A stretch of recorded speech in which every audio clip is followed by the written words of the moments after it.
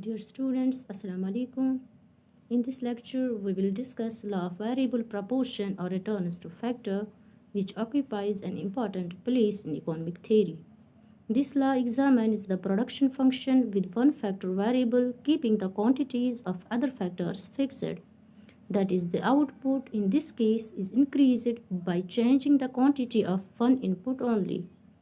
Thus, this law exhibits the short-run production function because, as we already know, that in short run some factors are fixed while others are variable. Students, when the quantity of one factor is varied, keeping the quantity of other factors constant, the proportion between the variable factor and the fixed factor is altered or varied, or we can say the ratio between the variable factor and the fixed factor does not remain same.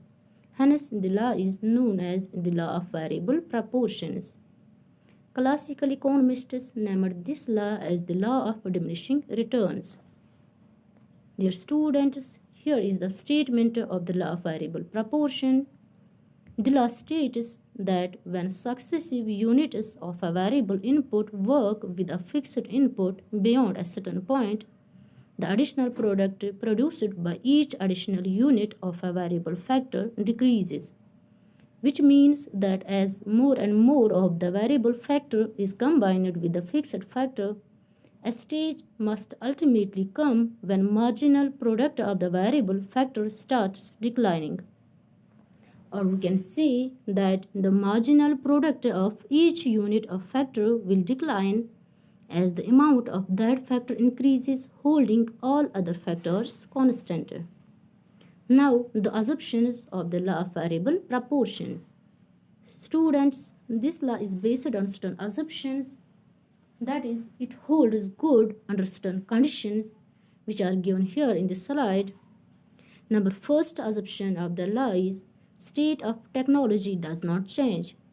That is, the state of technology is assumed to be given and unchanged. If there is improvement in technology, then marginal and average product may rise instead of diminishing. Second assumption is the ratio in which factors of production are combined can be changed. That is, this law is based upon the possibility of changing the proportions in which the various factors can be combined to produce a product. Third assumption of the law is units of the variable factor are homogeneous, or we can say the units of the variable factors are equally efficient and they are increased one by one. Thus, diminishing returns starts occurring not because later units of the variable factors are less efficient than the former ones, but because of the fixity of the factor. Students, let us now explain this law with the help of a table and diagram. Here in this table, we assume land as the fixed factor and labor as the variable factor. This table shows the different amounts of output when we apply different units of labor to 1 acre of land which is fixed. Dear students, this table shows as more and more units of labor are used, marginal product initially tends to rise till 3 units of labor are used. That is, marginal product increases from 2 units to 4 units. Total product in this phase increases at the increasing rate, and average product also increases in the first stage. This is a situation of increasing returns to factor, where total product increases at increasing rate, marginal product tends to rise, and average product also increases in this stage. Students, with the application of 4th unit of labor, situation of diminishing returns sets in, that is, marginal product of variable factor starts declining and total product increases only at the decreasing rate. This is a situation of diminishing returns to factor, and this stage continues till the application of 7th unit of labor. That is, till the application of 7th unit of labor, the marginal product of the variable factor diminishes from 4 units and ultimately it reaches to 0. Students, at the end of the second stage, marginal product may become negative with the application of 8th unit of labor, and at this final stage, total product starts declining as from 15 units of output to 40 units of output.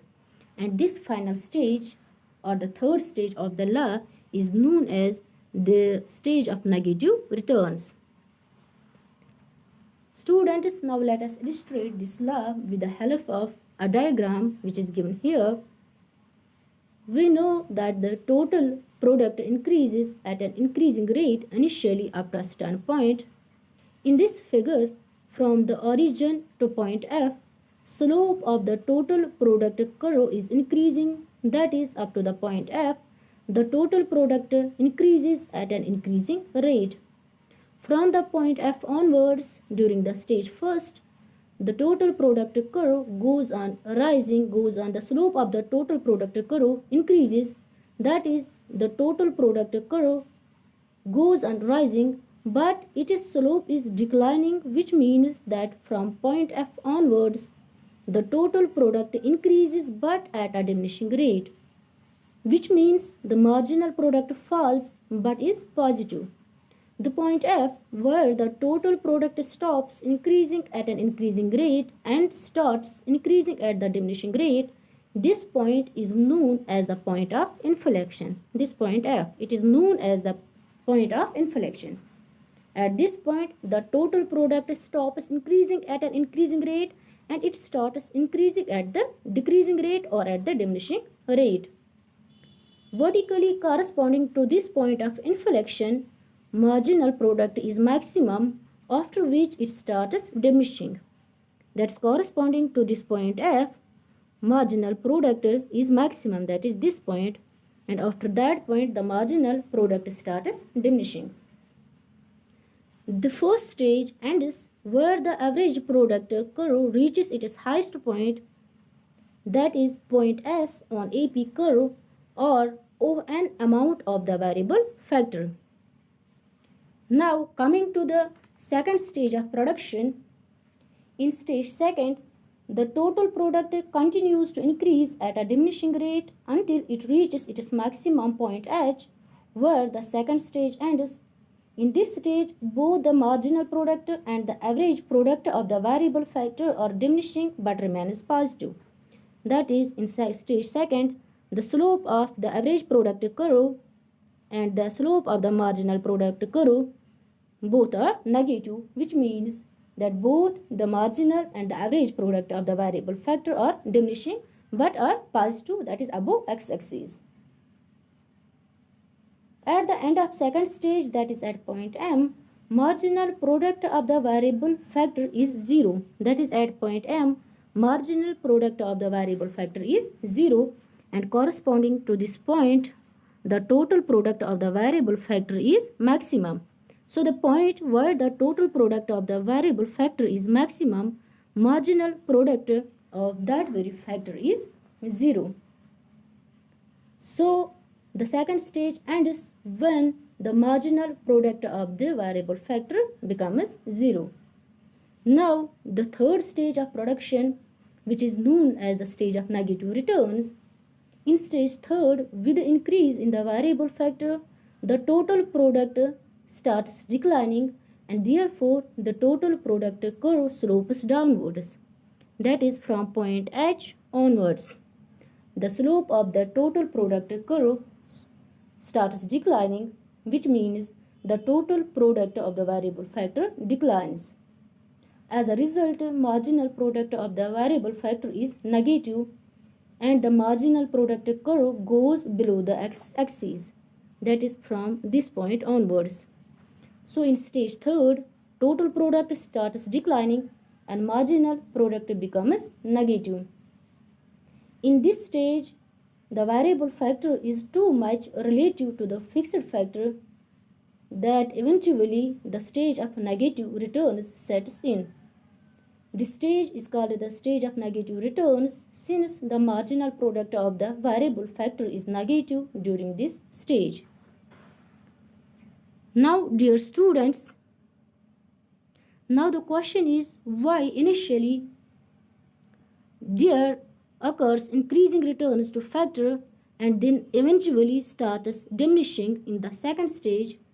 Students, initially increasing returns to factor occurs because in the initial stages fixed factors are too much relative to the quantity of the variable factors. Hence, fixed factors remains underutilized. Its fuller utilization calls for greater application of the variable factor. Hence, initially additional units of the variable factor add more and more to total output, or marginal product of the variable factor tends to increase. The second phase of the law, which is known as the law of diminishing returns, occurs when the fixed factors becomes inadequate relative to the quantity of the variable factor.